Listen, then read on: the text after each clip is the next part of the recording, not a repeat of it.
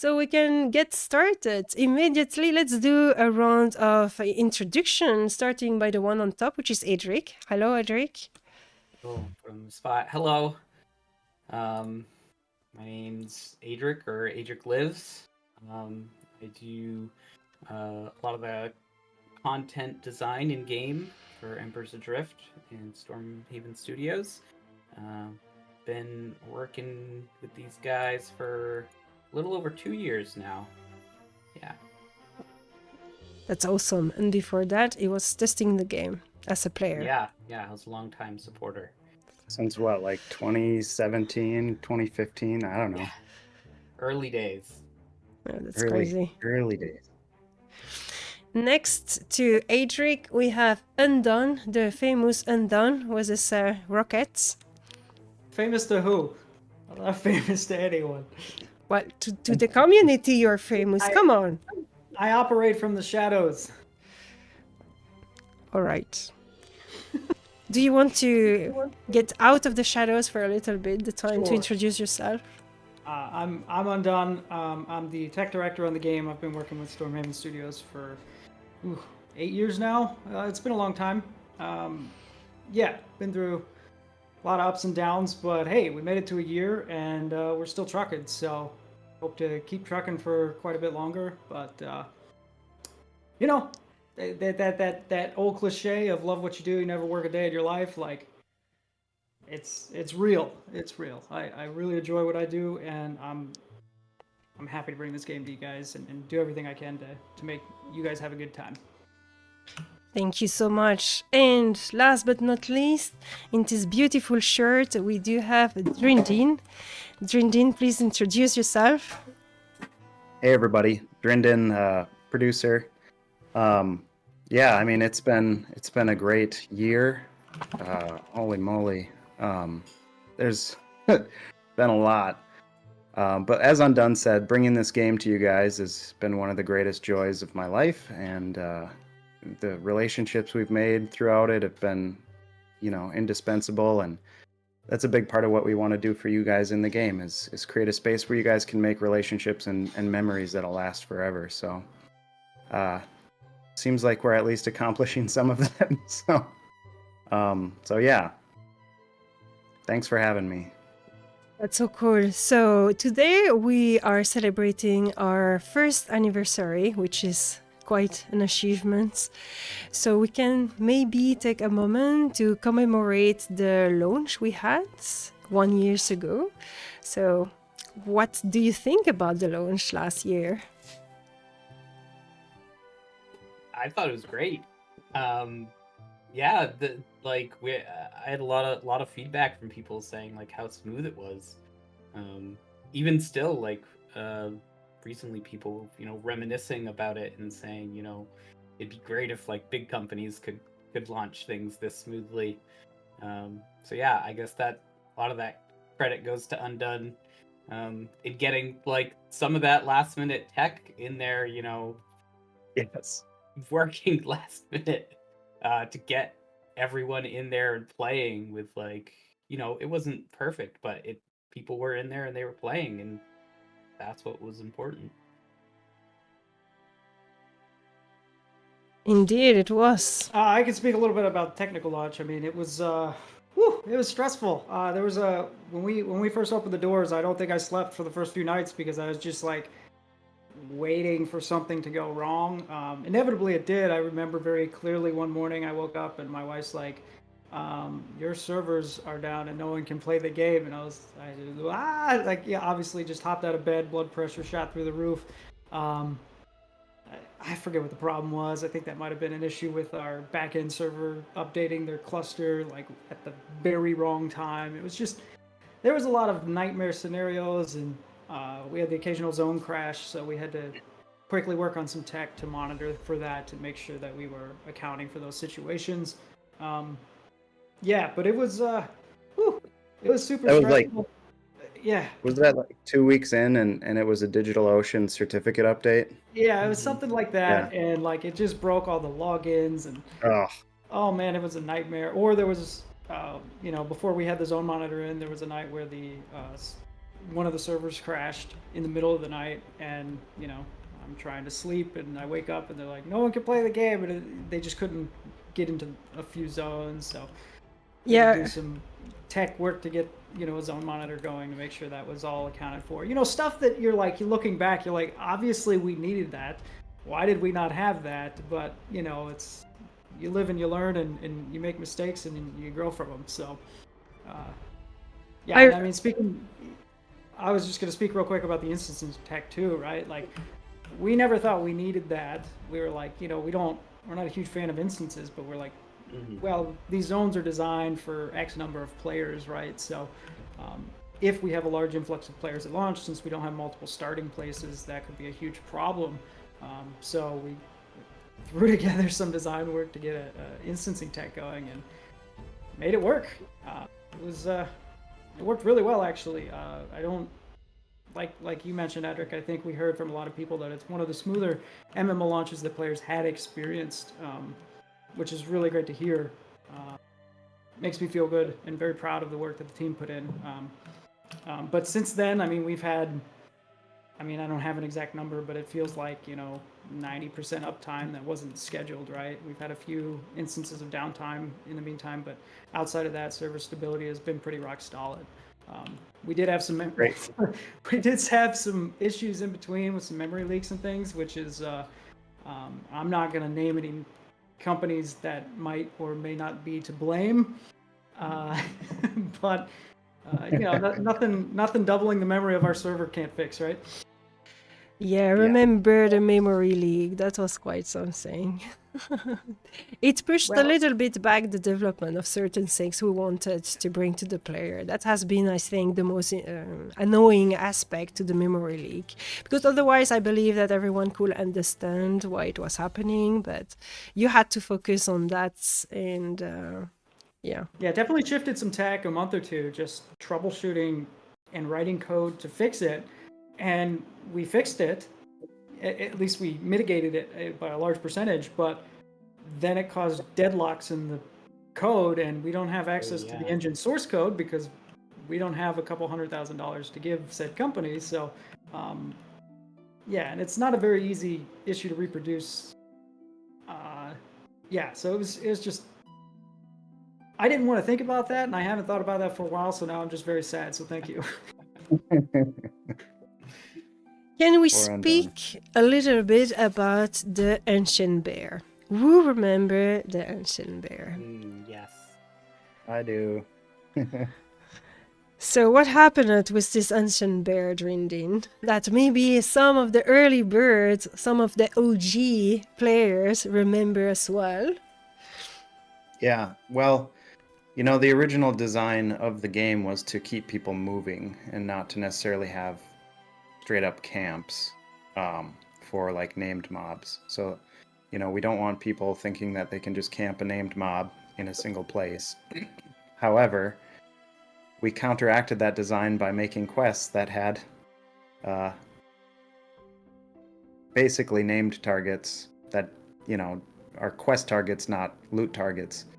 And so people were just like queuing up to kill the Ancient Bear, and the fights were breaking out. There was bloodshed. There were threats. There was all kinds of stuff. So we kind of took a step back and redesigned all the quests. I don't know if it was very visible to the players, but we took not just that quest, but several quests and rewrote them in the midst of, the launch and the months following launch to get everything in line with the rest of the design of the game. That we, it was another one of those live and learn things. But yeah, so now there are some quests that have those targets where you finish the quest, but if you go and kill that quest, that kind of target that's talked about in the quest, there might be another surprise there for you. Yeah, and I think it's really create good memories, because I remember those adventure was this ancient bear that player were trying to get, and it created all kind of havoc because it was quite difficult to make it appear, and sometimes you had a group that worked really really hard and killed a lot of bear in the bear cave to make the ancient bear appear, but then it was another group who got it, and so yeah, it was all kind of mess. But now that it's part of the past, it's quite nice memories, and I wonder if some other people are remembering this adventure. Misha's precursor, say Quetzal. Yeah, there we go. I just want everyone to know I just defeated Undone in a duel, and I'm dancing. Yeah. And that got defeated a lot. Was it Nautilus that continuously defeated you, Undone? I don't remember who it was, but you know, I still haven't added the code to make my duels always win. One day I'll put that in. God mode for duels. So anytime you want to win a duel, just turn it on, right? Yeah, Right. be careful because his duels might actually kill you. Yep.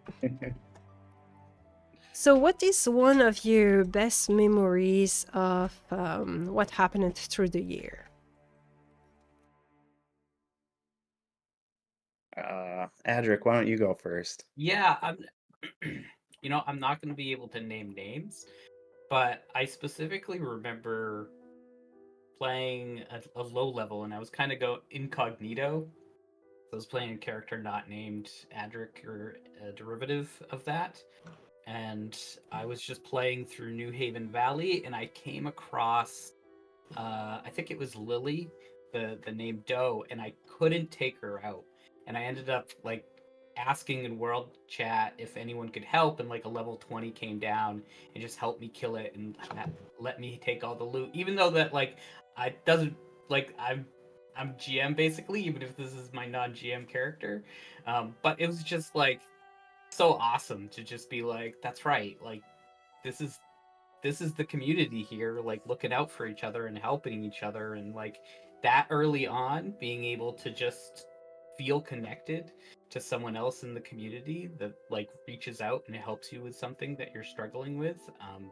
I think that still stands out for me. That's a beautiful story. Nice. What about you, Undone?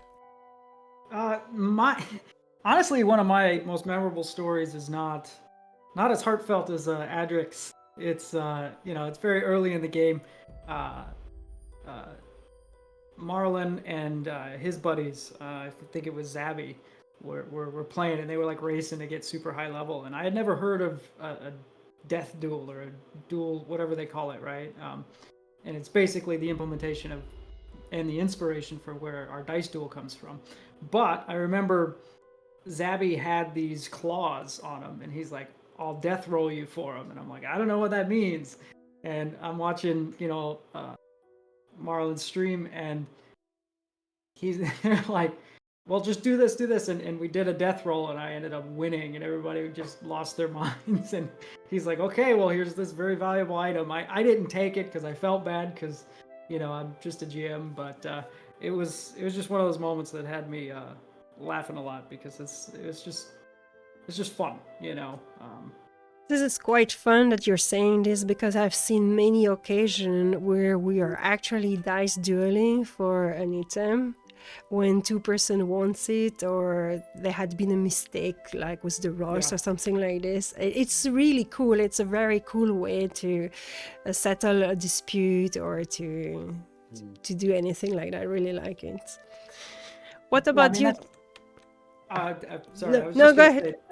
Like most of my memories, honestly, are just like of observing other players and watching them enjoy the game, and like I get most enjoyment out of that. And obviously, I'll spend a lot of time shadowing players where they may not even know I'm there, but kind of just watching their behaviors, making sure all the NPCs are behaving properly, and just overall watching them have a good time most of the time, and trying to find those pain points and fix them, and that's where I've got most of my enjoyment out of this process. So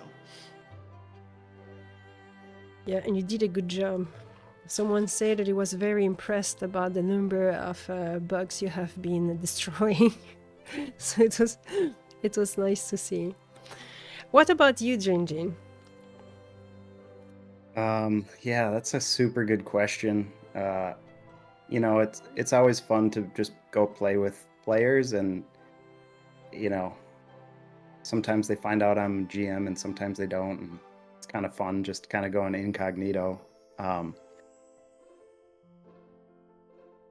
For me, like, this probably isn't very relatable, but when I can watch people talking in game about the things that they love in the game and how much joy they're having, or you know, when I see comments from people in the Discord or on our YouTube videos that are like, man, I haven't had this much fun since EverQuest, you know, like, this is really bringing back that feeling to me. Really, those are the best moments for me, because that's what we set out to do, is to bring back the kind of the classic experience. We didn't ever want to copy and paste any game. We wanted to make our own game, but like having that feeling, that core feeling, and you know, even if it isn't hitting for everyone, it's hitting for, you know, our niche. And to me, like, that's super important, and it, you know, it makes all the hard work worth it.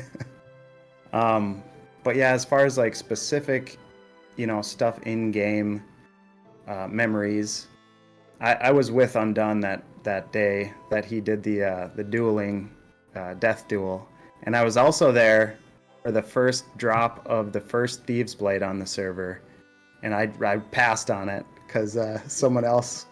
That was mine. That was We mine. farmed it for like 3 days. I was like, I'm getting this legit, man. It was. Yeah. Yeah. It's still in my Yeah, bank. It's my prized possession. Oh, that's so nice. This is Yeah. really great. Yeah, and I do have like a community of gamers that I've gamed with for over 20 years now at this point.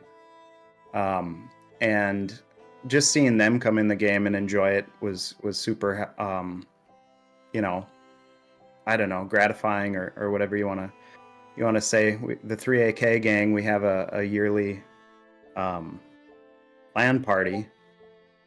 Even through COVID, we still got together online and played and everything. And just seeing them come in, and then one of them got a Thieves Blade, and they were like, "Oh, what's this? This looks pretty good." I was like, "Are you kidding me? You just got that? It's like your second thief kill." It's like, that's super rare, dude. But yeah, just running dungeons with players and just going and getting the loot and killing named mobs and running the events for me has been super, I don't know, fun. And I'm looking forward to running another one later today. So if any of you all are listening, just note that we are going to have something in Northreach in a little bit here. I'll make an announcement on the Discord as well. But yeah, we are going to have an event. We're going to showcase the new event mob. So yeah, that'll be really fun. But that being said, you know, we've done all kinds of events. You know, they typically have been rotated or kind of in the bigger pulses that we've had throughout the year. But moving forward, I'd really like, now that we have these event mobs, I'd really like to just start doing a lot more random ones, just for the people who are logged in, and you know, just kind of throw some more excitement into the game and into the world. And yeah, I mean, life is super busy, of course, and development is hard, but I want to do that more. So yeah. Yeah. You raising your hand. Yes, Aloha, you didn't tell us your favorite moment. Oh. Yeah, because I gently skipped it because it's impossible for me to say what was my favorite moment. There had been so much adventure through the year. I've been playing a lot with the players. I'm doing 3 streams per week where I play with players, and then I do other events, and sometimes I'm joining other streamers when they are doing something, and I really enjoy to do that. And it's difficult for me to pick up what was my favorite moment, or what was the moment where I felt the most joy I think in general, it's when I have the feeling that I've done a good job, and when like a stream marathon happened and everything happened fine, people had a lot of fun, people give a nice feedback, you have a lot of players coming to the game or coming back to the game, and I think that would probably be the moment where I'm the most satisfied, because where I have the feeling that I have been doing something and I can see the result of it. But overall, I really enjoyed so many different things that it's difficult to pick up one particular dungeon run or one particular discovery on one particular group. You know, another great moment in the life of the game has been the rise of Blupiter and its fame and legend. That is very true. The players call it Blupiter. It's actually the Eye of Ibax, but it's been pretty fun seeing people. Yeah, I guess another favorite moment for me has been watching the players speculate on where the lore is going. And I got to be honest, some of them are close, some of them are way off. But the new quest launching to get Alchemy at level 20 at the end of the month here has more lore, and I'll say it has to do with Rediper. Rediper. So, whatever people are calling it, I think. What do they call it? Little Red Hiding Moon. Some people are calling it. What other names for the Red Moon do you guys have? Yeah, I don't know. It's not as obvious as Blupiter. Blupiter has really taken over, and I'm really glad about that, because it has become a meme in the community and something about it. You had this YouTuber Blight Life, I think, we created Blupiter, Lord of the Norse, all hail Blupiter, Lord of the Norse, with this chanting. Then you had the song made by the Nathan Napalm, I love Blupiter, which is pretty cool. So it has been really epic to see that. There's a emote on this channel for every followers. Blupiter, you can spam it if you want. While the little planets, I don't know, it's called sometimes the Blood Moon, sometimes the Red Moon, sometimes the Little One. I don't really know. Well, its ascendance is coming nigh, and we shall see what the story behind the Red Moon is. We'll have to get another emoji made for that. Yeah. Look at it. I think Little Red is very common nickname. Yeah, something like that. I will say that too. Yeah, it has been for sure quite of an epic year, and we have been through a lot of different things. So at first we were releasing patch every week. So some week our patch were pretty small, some other week our patch were pretty important. And in January we decided to go very differently, and we went with the monthly patch. And the way we decided to change the course of the way we are developing the game, which was working much better for us and allow us to get some nice progress done. When we are reading the whole list of everything that has been accomplished, that's quite a lot of content. How do you feel about our cadence of content and what we are doing, because we're approaching the end of the year and the end of the roadmap? I mean, I'm really happy about it. I definitely those first couple weeks are very muddled, not just because it's like the chaos of launch and stuff, but also because the patches didn't have that kind of defining feature of each one, so they kind of just all blend together. So I'm really glad that we changed that up to do the monthly cadence, and I think it's kind of worked well and allows us some time to gather lots of stuff for everyone all at once, and to kind of have things be more cohesive as they're released. So I think it's been a great win for us. I do think so as well. Yeah, I'll just say the pace was breakneck at first. I mean, it still is. I don't think we've really slowed down. We've just given ourselves a little more of a buffer. But yeah, we've been pretty much going hard since launch, and sometimes the things that we want to get in on the big patches don't get in. It just depends. Development's very hard to. Speaking as a producer, development is very hard to predict and get under your thumb. So sometimes you have to let the chips fall as they may and just do your best, which I got to be honest, like I couldn't be prouder to be part of such a fantastic team of hardworking, very creative and inspired, brilliant devs. Like I'm pretty blown away. Like everyone is a key person here. Like there's no one on the team that isn't doing something phenomenal every month. So holy moly, yeah, just very humbled and honored to be part of the company and be able to serve you guys and get you guys new content and exciting things, and it's not stopping. We're keeping on pushing. So yeah. Yeah, I don't know how you feel about the process, Bobby.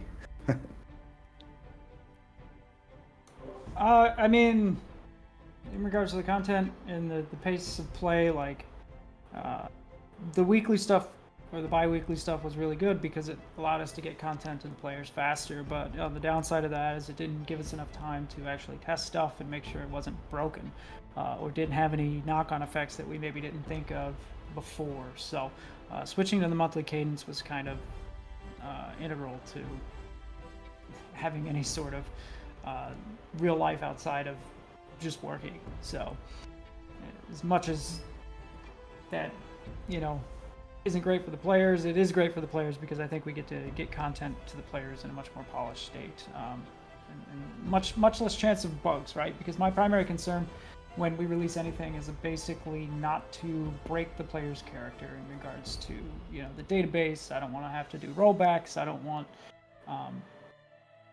things to break. So it's very important to me that we keep the integrity of players' character and they have confidence that the stuff they earn isn't gonna just vanish because there was some database bug or some weird thing that happened. So yeah, and I think one of the really good aspect is also it's better to have a big package in the patch rather than things spread out. So I think it was a lot nicer to have one big patch per month.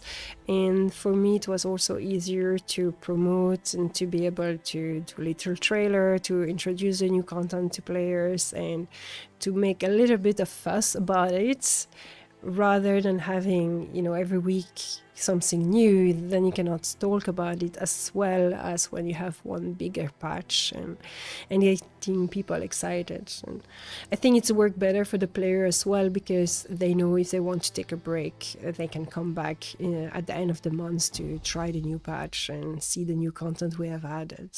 Or if they are skipping one patch, they will come back after 2 or 3 patch and they will see a bunch of new content and maybe a new dungeon and new zone and new quality of life feature. So it's pretty cool that way. Now guys, what is your favorite or your most proud moment? The thing you have created, you have done, and you're the most proud of? That's a really hard question. I'm gonna have to think on that one. Maybe someone else can go first. Well, I mean, that is a really tough question. I suppose like one thing I guess like the maps have been pretty fun to make. That's been the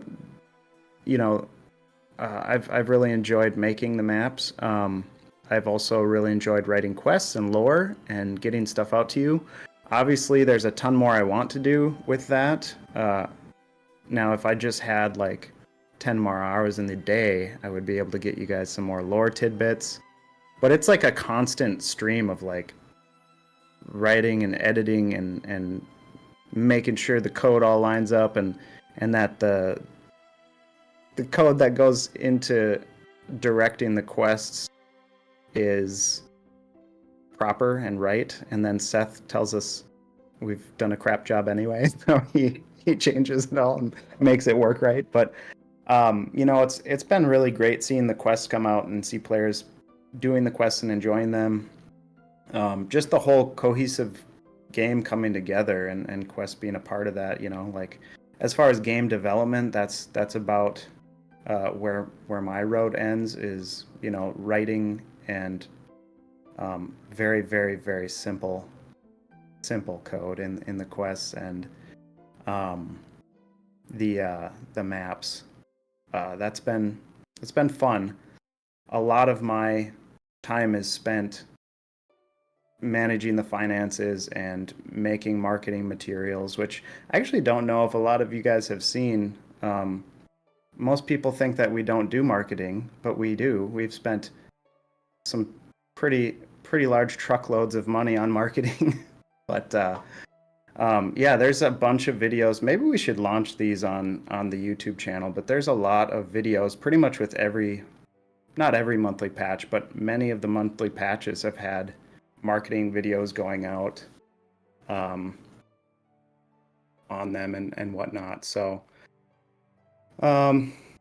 yeah, I don't know. A lot of my time is spent with marketing, which is probably the most challenging thing I've encountered in this whole process of setting up and building a studio and building a game. Marketing is an enigma wrapped in a riddle, wrapped in a labyrinth or something. I don't know. Hidden in a labyrinth.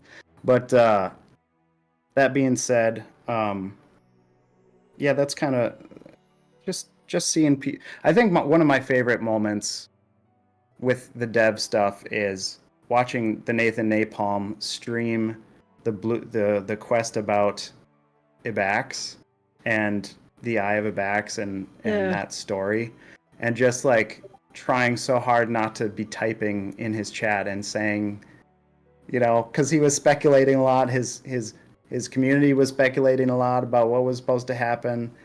My gosh, it was tough not to type feverishly through that whole stream, but yeah, it's pretty special for me to watch players go through that quest. That was kind of a joint effort by myself and Wade, our narrative designer. So yeah. Nice. Hopefully that gave you guys enough time to think of a thing. Yeah, I can chime in, I guess. I thought of two things that kind of stood out of things that I was really proud to have in the game. The first one was the flooded ruins, that Ember Vein, which is kind of more like a dungeon, because I took the most liberty in designing that than any other dungeon pretty much in the game. So I kind of pieced together the layout of that and came up with the idea of the water, and I think Undone had added some stuff like the water coming out of the walls and stuff that really sold the effect, and I'm super proud of that that dungeon. And it's hectic in there, it's frantic, it's dense and claustrophobic, and being able to do the little things like giving you soggy socks and fun little things like that. I like the tilting walls. Yeah. Yeah. And having the walls very slightly, so that it's this idea of it collapsing, and yeah, it came together great. Super proud of that. And I guess the second thing that came to mind was just the gel system and how well that's worked out.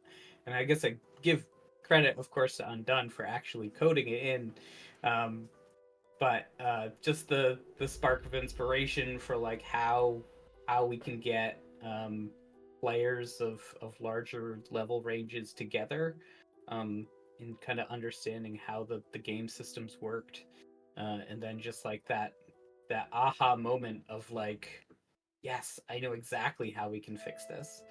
And that was a really great moment for me too.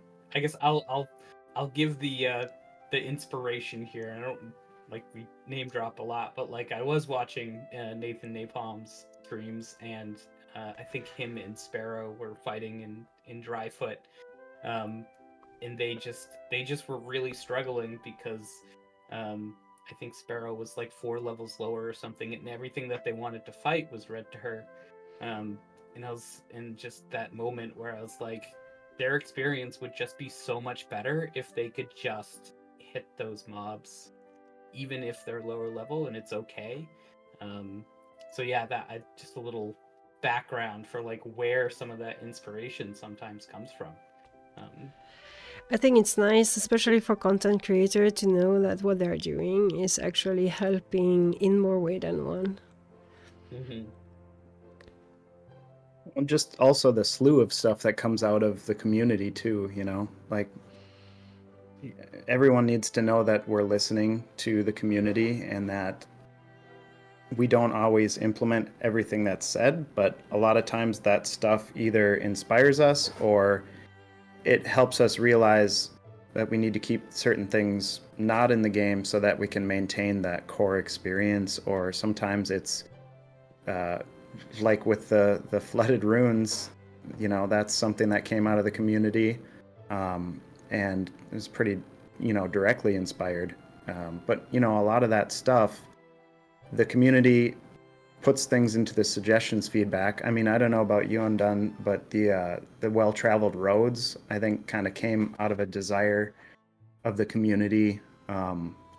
We could talk about that. Could be its whole separate topic, but yeah, let's move on to the current question and let Bobby talk about some of his proudest moments. Sorry, or if maybe you weren't done, Adric. I don't know. No, those were the two that I just wanted to quickly mention. Nice. Your turn now, Undone. We're talking about proudest moments. I appreciate all the Yes. time you've given me. I've just spent the last entire time figuring out an account issue. There's some people not getting subscriber perks if you logged in within the last 24 hours as a non-subscriber. Your subscriber perks were not active, and that's because your subscriber status is essentially cached until we make a change, and I forgot to clear those out before we open the doors. So you either wait 24 hours or send me a message on Discord and I can clear it manually for you. And then you'll have those subscriber perks moving forward until the end of the free period. So that has nothing to do with the proudest moment. Well, no, I'm very proud that I found out what the problem was. I had to call Christo and ask him if he did the thing, and he said, yes, I did the thing. So I said, damn, it's my fault. Yeah, sometimes that happens.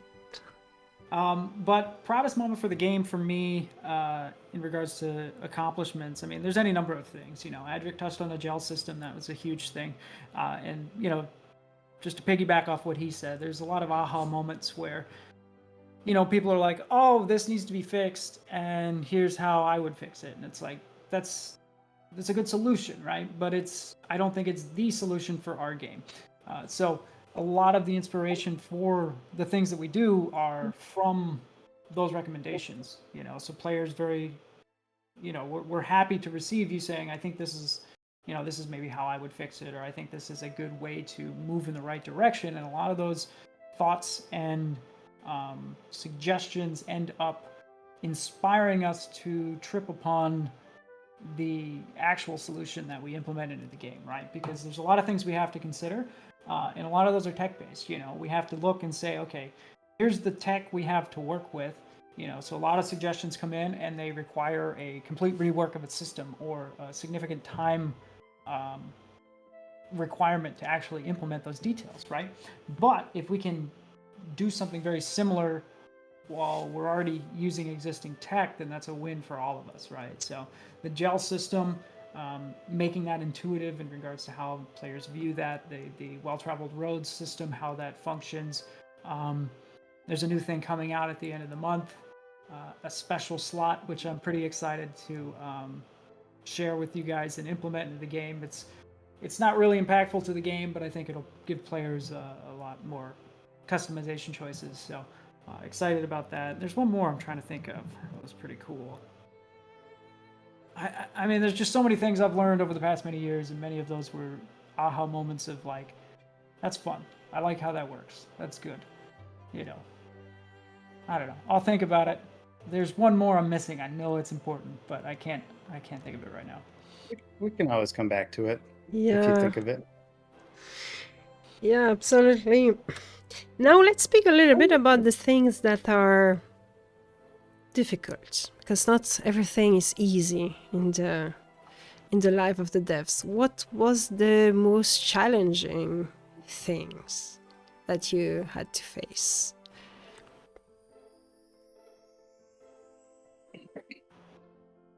Holy moly. Where do you want us to Well, start? How long do you got? I'll start like it's something that's very like in the moment is like, you know, being like running like the community not streams but the feedback sessions has been challenging to me because I have a lot of social anxiety and stuff, so like it's very challenging for me to kind of have that open forum and get, you know, all the feedback and criticism and kind of process that in the moment.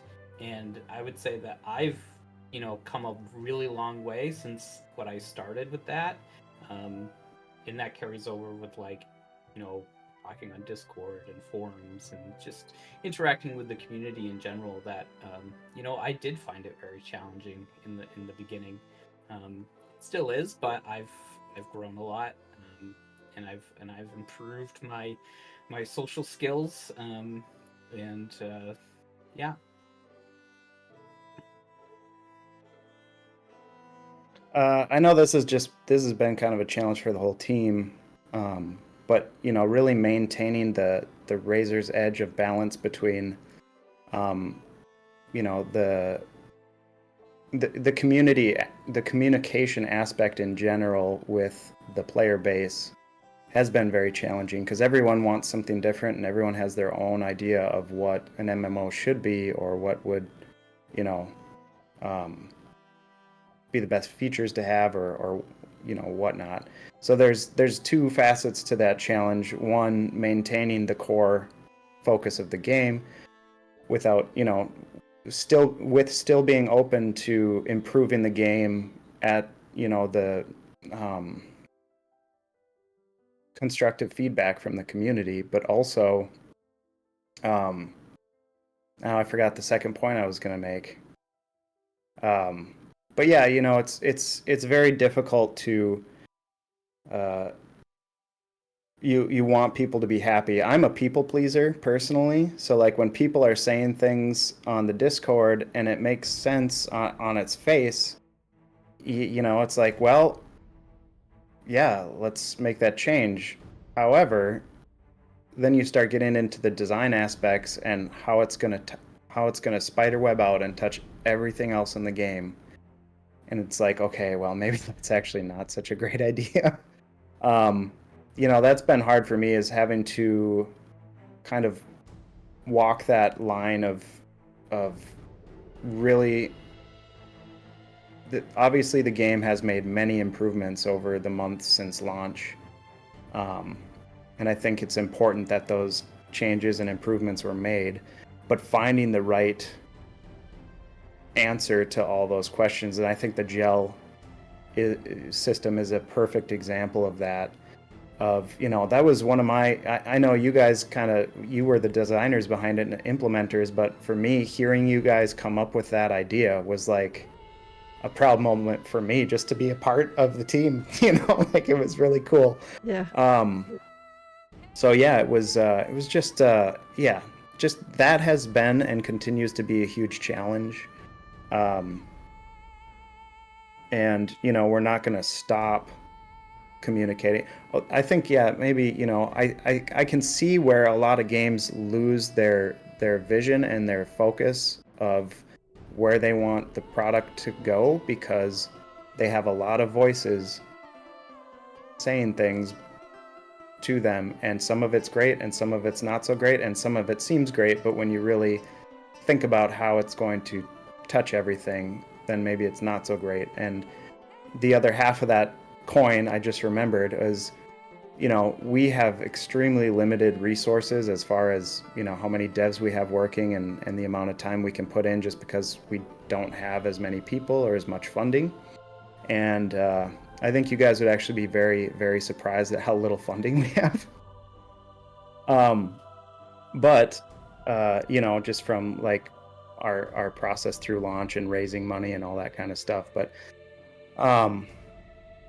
that causes us to have to be very, very critical on what we work on. And so there are some things that are great feedback that we want to implement, but we can't, because we simply don't have a month or two to dive into that issue and produce that feature or change. So that, I think, would be probably, if I'm speaking as a producer for the team, I think that would probably be one of the biggest challenges we've had to wrestle with. I don't know, would you guys agree with that a little bit? Yeah, absolutely. I think that's yeah. I mean, that's a huge issue, right? Like prioritization of tasks and system implementation, design, things like that is very challenging, right? Because we have a very zoomed out perspective of the game as a whole, and we're trying to satisfy new players, current players, and returning players, right? So these are all things we want to hit, and everybody from their own perspective has a different desire of what they think we should be working on next. They're not wrong, right? But we just simply don't have the development time to do it all, right? Like in an ideal world, we would do it all at the same time. We would be working on all of this.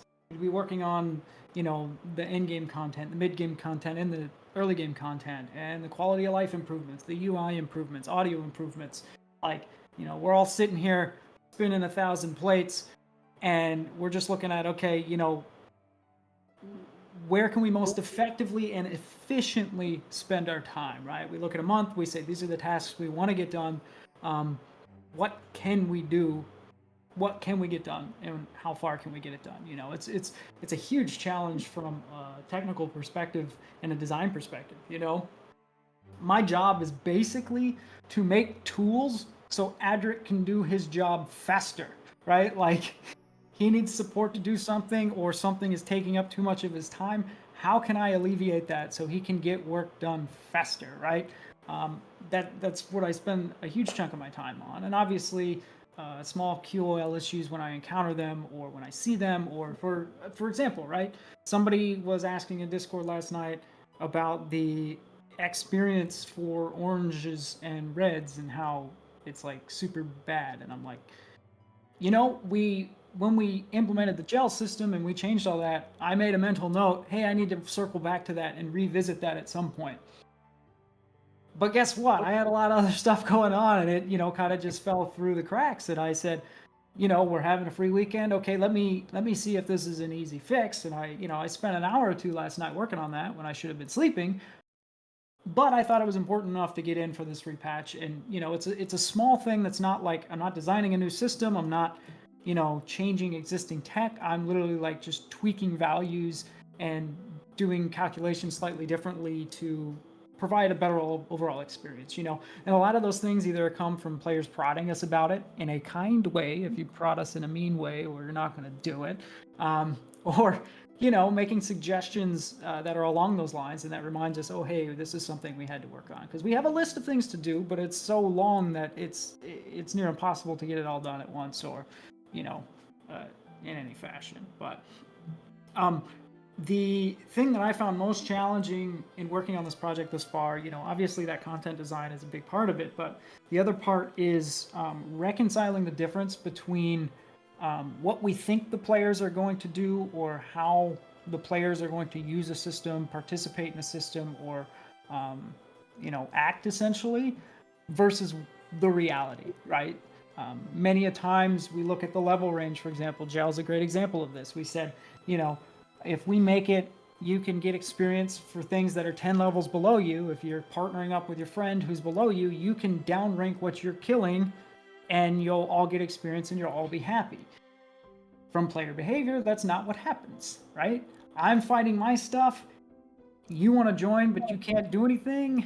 Too bad, right? Like, I'm not going to change what I'm fighting to help you, because that makes my experience worse, you know.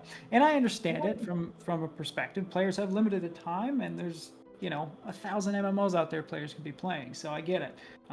So it took us a while to come to, okay, how can we make this work without opening the doors to just all these negative things that come along with it. And that's one example of how we thought the players might act, and it turns out they did not act that way. So we came up with a solution that kind of hopefully helps everybody out while maintaining the original design goals.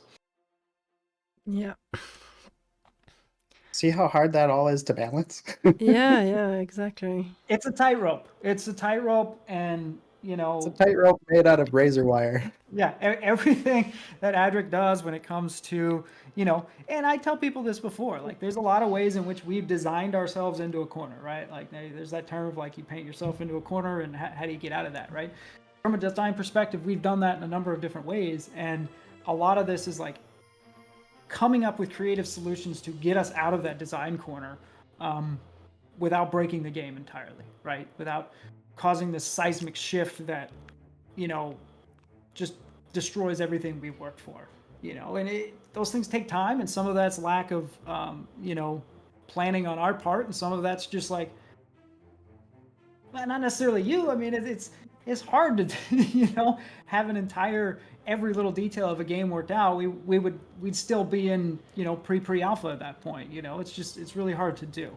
And the way our team works is very iterative in approach of like, let's try it, right? So throughout pre-alpha, alpha, and beta, it was really easy to be like, let's throw this in, try it, see how players react to it. But now that we're live, it's much more difficult to do that, because if you put something in and it's overpowered or it doesn't work right, and then you take it away, then suddenly you are the worst devs in the world for nerfing my class, even if you had it for a week, right? So it's challenging. Yeah, we had those kind of event happening already, and it has been quite difficult. Yeah, for me, my most challenging aspect was really to see the change between my task and my work and the way I was working during the alpha and beta, and then after launch, it was really different. The launch was the worst for me because, yeah, it's super exciting to get plenty of players to join it, but for me, it was like a tsunami. I could not. I had a lot of difficulty to handle the flow of message and things I needed to do, and all of that was too brusque of a change from the calm, peaceful alpha beta. And it took me a long time to readjust and to be able to find a workflow and figure out things out. And then, of course, the population is fluctuating, so everything changed constantly. And I never have the feeling that I'm doing enough, and I have never the feeling that I'm where I want to be. And I always have the feeling to be behind, and that's my biggest challenge. It's like I'm never really satisfied with what I accomplish. Yeah, I guess I'll throw in one more. You're not alone. Challenge. I'm never satisfied with where we're at. Yeah, same. One additional challenge, which maybe is slightly in jest, but naming things is a lot harder than it should be. Nice. That's what we have Wade. Yes, Wade helps a lot. Like, it really does help just having like a sounding board of just like, this new creature needs a name. It'll come with a name, but maybe it doesn't fit exactly where it's going to be in the world. And then it's got to drop a sword, and that sword needs a name, and it has an ability, and that ability needs a name. And, it's disproportionately than you would think, the time spent. I mean, there's a lot of lore names that need to come out, and I wish you guys could see some of John's names. Like yeah, he's hit on a lot of them, but for every one that he hits on, there's 100 that you're like, John, say that out loud. That does not work. And he's like, oh yeah, you're right. Can we share a little secret of how some of your name come from? Where some of your name come from, John?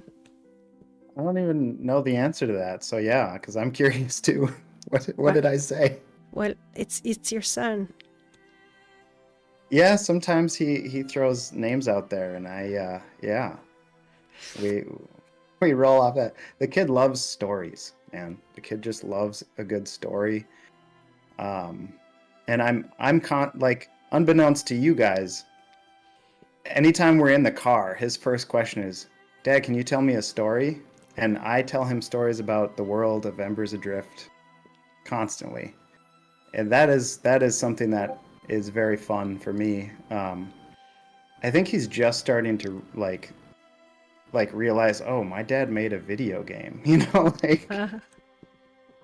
So that's pretty fun. But yeah, we tell all kinds of stories about the different factions, and Gildan, the guy at Halleck's Tower, is one of the main characters in our stories.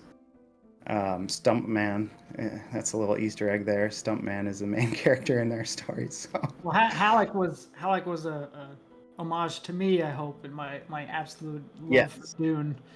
For those of you who don't know, I'm obsessed with Dune. This was before the movie, obviously. Well, not obviously, but before the movie. I just love those books, and that the original 6 are just such great books to read. So, thank you, John, for naming that. Yeah, I worked hard. Bobby's hard to please. Bobby's hard to please when it comes to naming. I feel like yeah. There's so many times I call myself the wet blanket because they're like, hey, what about this? So I'm like, either A, it technically just is not feasible, or B, like they didn't consider how it interacts with these other systems in the game and how it's going to break something else, or B, I'm just like, I don't know why I don't like that name, but I absolutely despise it. Please, can we pick another one? Yeah, but it's good because we need to be we need to be able to criticize each other in a positive way to ensure that the content is as best as possible. And yeah, I really enjoy the culture of the company. It's pretty fun.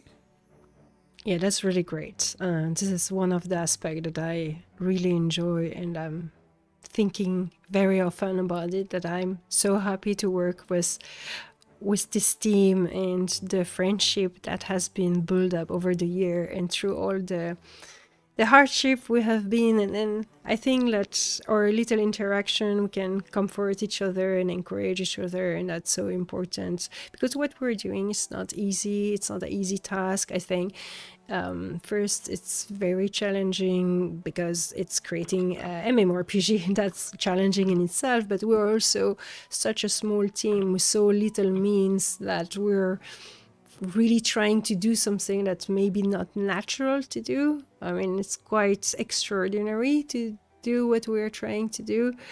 And so I think, especially during the hardship, we need to be there for each other, and we are there for each other and trying to bring each other comfort and stuff like that. So it's very important.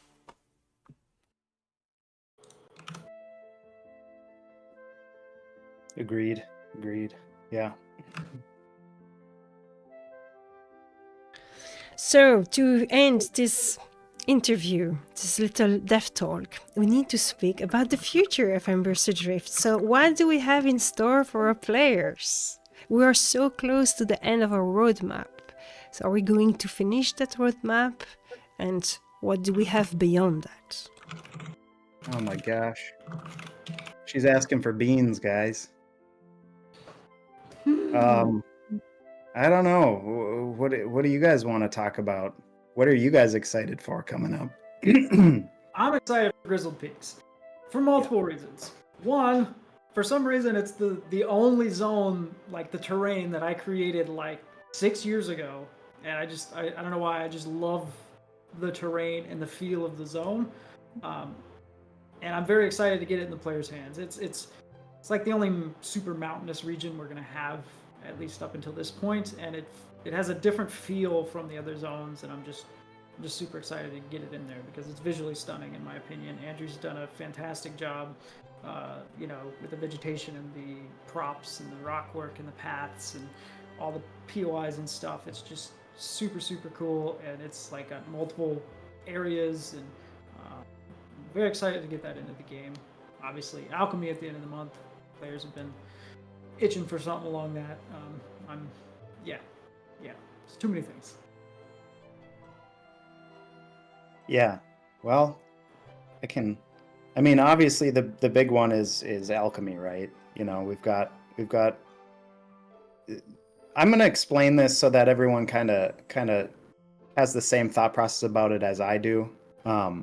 There's basically 3 phases of alchemy, right? The first phase was there at launch, and it was players interacting with alchemy basically, but really only through the environment. So whenever you sit next to an ember ring, you're using magic to heal. Whenever you teleport with an ember monolith, you're using ember to teleport.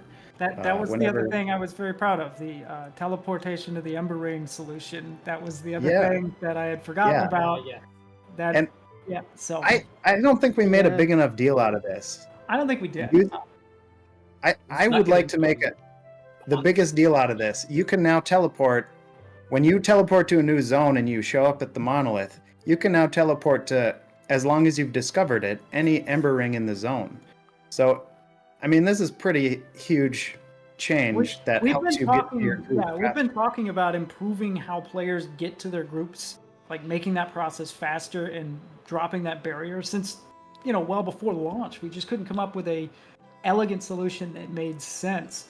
And again, this comes back to the the inspiration of how to do it. I think it was Adric just randomly mentioned, like, can we just use the map or something? And like, just all these gears clicked into place in my head, and I think I had it done in like a day and a half or less. And I'm like, this solves all of our design concerns with this.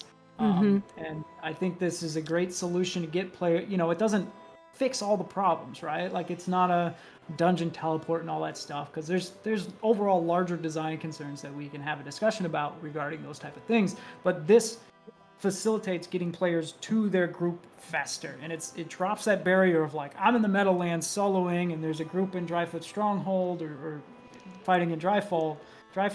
Like, I don't want to teleport over there and then spend 10 minutes running to them, but now I can teleport over there and then teleport very close to them and spend 2 minutes running to them, right? So it cuts off a huge chunk of time in getting to places, and I'm very proud of our solution for that. Yeah, I just had to no, 100%. And I think it doesn't, obviously we wouldn't put it in if it broke the core experience of the game. So, I'm pretty stoked about it, because, it's not like you can go from an ember ring to a monolith. Like, it's not like, there are still caveats. You can't just be, our going goal, everywhere in the zone by a click of a button. Our design goal was to shrink the time to get to your group, right? All the other time, the time to leave the adventure, the time to go back to town, the time to, do all that, which is, kind of your wind down time, which I find less offensive, I guess, in that regard, is much, that's still present, right? You still have that cooldown time, that experience of leaving with your group and being like, oh man, we can't believe we just, apparently, Ella was every Tuesday. Ella's group wipes like 5 minutes before the patch, and she has to get her stuff later. But like, every time I'm watching the stream, and I'm like, there they go, they just died again. Another week in a row, and I'm like, I can't. Which is why the new guild, Bag Runs, is such an apt name. I know, right? Yeah, exactly. So yeah, phase 1 of alchemy, John, the ember ring. The way that I see alchemy, phase 1 was always there. Interacting with the world, the ember drifts, the ashen that come up and you have to fight them, gathering ember essence into your ember stone. That's all phase 1 of alchemy. Phase 2 of alchemy is what we will be launching on Halloween, which I'm super excited about. And I know there are several community members who are very excited too. One of the things that, I'm not obviously going to tell you guys about what's going into it, but, you're going to use your ember essence from your ember stone to enhance your abilities. And that's going to be different for every class, and it's going to be awesome. So phase 2 is really, how does the player or the drifter use their Ember Essence, instead of in conjunction with the environment, in conjunction, with their own, like they're now manipulating it, they're now channeling the essence from their stone to enhance their current abilities. And I can speak very quickly on the awesomeness of, in our testing, I'm always like, Adric, this is OP. What have you done? And I'm like, it's great, Yeah. like it's really cool. I'm excited at like new possibilities for my warden abilities. I'm like, Yes. this is even great. I can help the entire group, and yeah, we finally get that little bit of flash that people have been missing as well. Yeah. And the other thing about that is it is pretty it's going to be a huge change. I think combat's going to look different. Obviously we changed combat earlier in this process to make way for Ember Essence and Alchemy to come forth. I think the combat's a lot smoother now, and I think it's going to really fill in nicely with Alchemy. But as you all know, we are a low fantasy game, so I want to temper everyone's expectations by saying you have only a certain amount of Ember Essence in your Ember Stone. So one of the big design goals we always have is choose wisely, and I will say choose wisely when you're using these abilities and when you don't. And and to tack on that slightly, we recognize that your Ember Stone is limited, and that's part of the design, right? Is to have this kind of limited capped currency of you, if you will, and that will very likely be expanding in the future. There will be more quests introduced to make the capabilities or the capacity of your Ember Stone grow. That will come in time. So yeah. And we actually already have a couple of quests written to expand those, but they're not in the game yet. So I think right now the max is 200. Yeah, and all the values associated with it, the cost of executing alchemy and all that kind of stuff is still going through that machinery of tweaking. So it's very likely that even after we launch on, Halloween, that we will continue to tweak those values as, patches go on. So your feedback will certainly be very important in that regard. Yep, absolutely. We understand that there's a difference between design and practice. So keep that constructive feedback coming. Yeah. Now I have a little question to ask to Adric, because he didn't talk about alchemy while he's kind of responsible of most of it. You have been designing some of the VFX, which is not your primary role usually. Can you share your enjoyment of that process? Yeah, working with the particle system in Unity has been very enjoyable. I think it's not something that you normally think about in terms of like video games and how all those like special effects and stuff are formed, and it's kind of interesting to see it like broken down into its respective components and get a feeling for like the simplicity of it, where this like really cool effect is really just like 7 different things layered on top of each other that go through like a noise pattern, or is just following simple rules of velocity and changing in size, and those very simple like gears, to be able to tweak those to create like the end effect is super cool, and it's a system that I love messing with.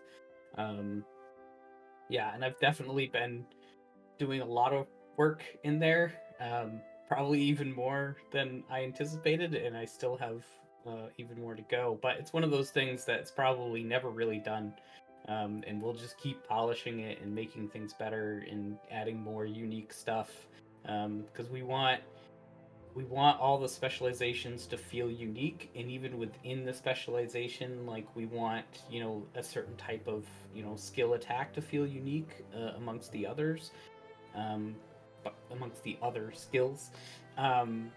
So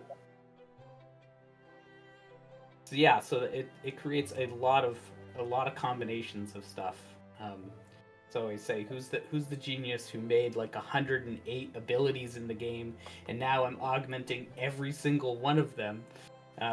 So I've really made my work for myself. Yep. Yeah, I don't think people realize like Adric's basically had to design a whole new set of abilities for the alchemy system and make VFX for them, Yeah, which is just insane. it's a pretty big task. Well, you probably are going to to understand suppose we- that.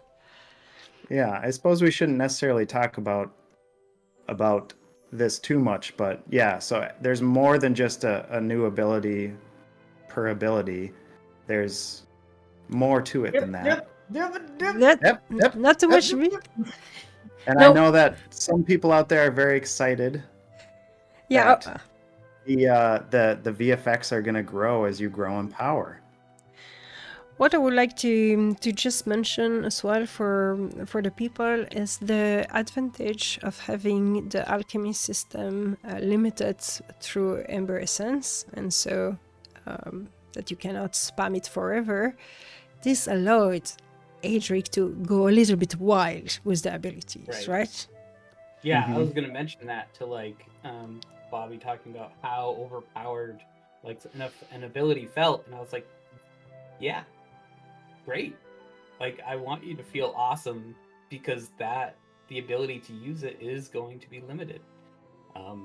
And I did mention to like the community during the community night sometimes too that like I want you to feel like I want to give examples of like in EverQuest where like saving your death touch or like your lay on hands for like that one moment where like you save the group, but it's something that you can only do like once per hour or something. So the feeling of that and being able to kind of be a savior, then those abilities really do need to be quite effective. Yeah, Very tricky to manage because, you know, on one level it's like we want you to feel awesome all the time, but if you're feeling awesome all the time, then it kind of loses its luster and you're no longer feeling awesome anymore because it's common, right? It's like, you know, the more common something is, the less like special it begins to feel. So having that limited Emberstone and saying like, oh, I can only execute this X number of times or N number of times, like, you know, bakes in that specialness to it of like, you know, I can use this ability as I normally would, but I'm only going to augment it in these situations, or I'm going to augment it, you know, to take down this boss or something like that because, you know, we need the extra support. You know, we very well expect players to be overpowered once we launch the system, so we will likely be making tweaks to NPC difficulty based on how things go, because some of these abilities are very powerful, and it's like that on purpose, right? Like, so there will be, you know, cooldowns in place, and you'll be limited by some of the essence you carry. So we want you to be very powerful, just not all the time. You know, contextually and situationally, you can be powerful, and that's what we're going for. And so that will give two kind of aspect. The lore aspect is really that the power of Ember will allow you to really have supernatural power, while usually when you are swinging your sword or swinging your regular abilities, you are maybe a skilled warrior, a skilled whatever you can imagine, warden, brigand, whatever. But when you will use your Emberstone, that's when suddenly you will be able to go really far further and beyond what a normal human can do. And that's all the build up of this game, is that you are a regular person, but then because you are in this weird land with those weird occurrences, suddenly the supernatural is creeping in, and then you can manipulate it. And from a gameplay point of view, this really will give a strategic aspect to the fight. When are you using your power? When are you saving it? Yeah. So and then I guess I didn't quite finish the whole phase thing. Phase 3. Yeah, phase 3. Yes, phase 3. What is phase 3? Well, phase 3 is basically, you know, phase 2 you're using Ember Essence to affect your current abilities. And phase 3, I'm not going to say too much about it, but phase 3 is not going to be your current abilities. as far as we've designed so far. So you might get some extra abilities at higher levels, and you might see some changes to things, and that kind of magic, that more high fantasy magic that people are looking for, is probably going to be found at the end there. So There you go. and then who knows what beyond that, right, guys? Yes, who knows what's beyond that? Because that's the roadmap Fishing, we have probably. planned. Fishing, Yeah. probably. Yeah. Yes, We'll fishing. go from alchemy phase 1, 2, 3 to fishing. Yep. That's exactly what it is. Don't forget Yeah. tracking. I've had some tracking design on paper for years. Not and every change needs to buff the warden, though. every change needs to buff the warden. What are you talking about? That's the whole reason I'm making this game, to have a buff warden. He only allows other changes to come in if they also buff the warden too. Yeah, so here's a tip for everyone. If you have a suggestion and you want it in quicker, just make sure it helps the warden mainly. If it doesn't help the warden, forget about it. Yeah. Or if you're Alice, then you just say whatever. Of your I eyes. just, I just say that to get on Dirk's nerves. Sorry, Dirk. Now, there's many things we want to implement, and many ideas that we have, many desire that we have, many fantasies that we're talking about that will be for later. But our main priority, and I want us to finish on this, our main priority is to bring people to the game and to let people know that we are existing.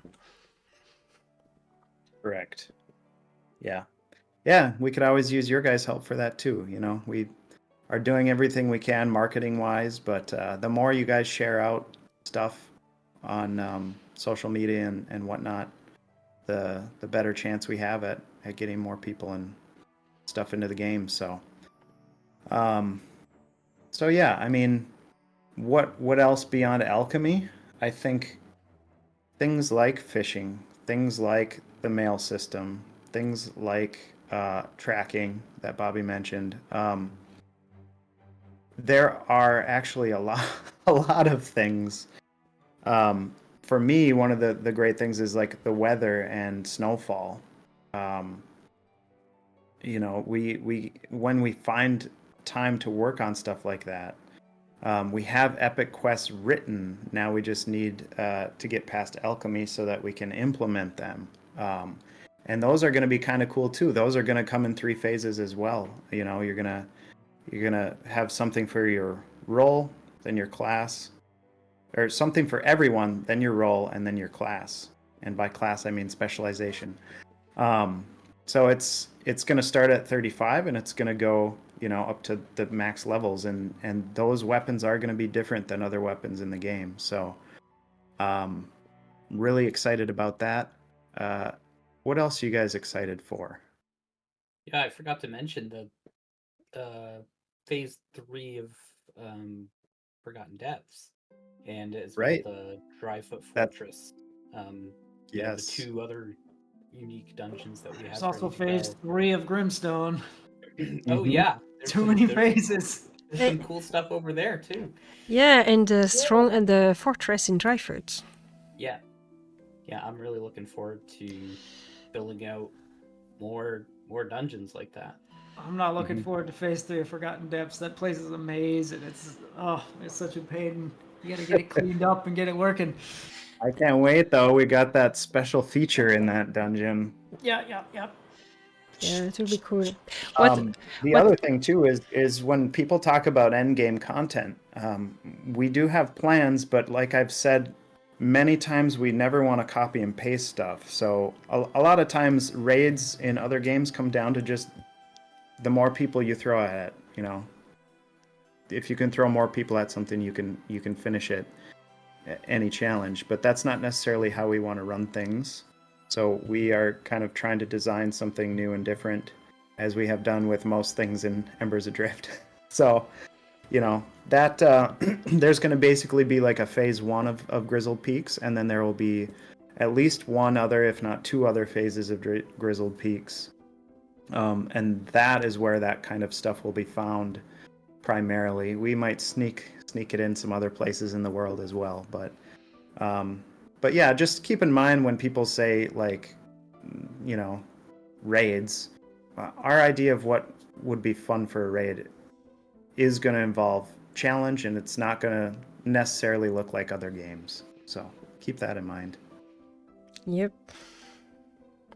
I think it was a very nice dev talk. Do you have any parting words to say to our community before we close the show and we get to the streamer event with the Nathan Napalm, Sparrow, Alice Blue, Sly Bankai, Drindin, and myself? I just want to say thank you, you know, like thank you for coming out and trying the game and, you know, supporting us and falling in love with the game, you know, and just honestly, like building something like this and then having people play it and enjoy it is a beautiful thing. And, you know, the reason why we made it is because we're gamers just like you, and this is the kind of thing we wanted. And so here it is, and it's nice to know that other people also want it and love it and are playing it. So thank you for your support and your feedback, and just, I don't know, it's super humbling. But yeah, that's what I want to close with. Nice. I'm gonna cop out and steal that of thanking the community. For me specifically, in terms of the feedback and just like continuing to engage with us in terms of that, because we don't always see eye to eye and we disagree on so many things. And sometimes it's just like some of the community just wants to play a different game, and like we have to, you know, just stand our ground and be like, we still want your help to make this game better, but not at the cost of making something different. And you, Bobby, a last word to say? Nope. All right. So, guys. No, I mean, I mean, obviously, thanks to the community, thanks for everybody for, you know, sticking with us for the past year. I know it's been a long road. We've done a lot in the past year, but we very well recognize as developers there's a long way to go. We have a lot more to do. We have a lot more content to bring to the game, a lot more systems, a lot more quality of life improvements. The list doesn't seem to get any smaller ever for some reason. As hard or as quickly as we work, it does not shrink for some reason, but we still come to work every day and chip away at it as quickly and diligently as we can, and we appreciate your patience and your support, really. So Yes. Thank you very much, guys, for joining this Dev Talk. It was really beautiful. I think there was a lot of interesting discussion. It seems that the chat was very happy. They had been sharing a lot of nice and warm words. So thank you, guys, for supporting us. Thank you for being patient. Thank you for just playing our game and being part of this community. The concept of Embers Adrift is mostly to offer you a journey that you can share with your friends and to create this nice, warm, tight-knit community that we are building as we speak. And I'm very, very happy about that. And each and every one of you are part of that and are contributing with your presence. So this is really, really nice. Goodbye, guys. Thank you for joining the talk. Yep. See you soon. Bye. You take Thanks, care. everybody. Bye. Thanks.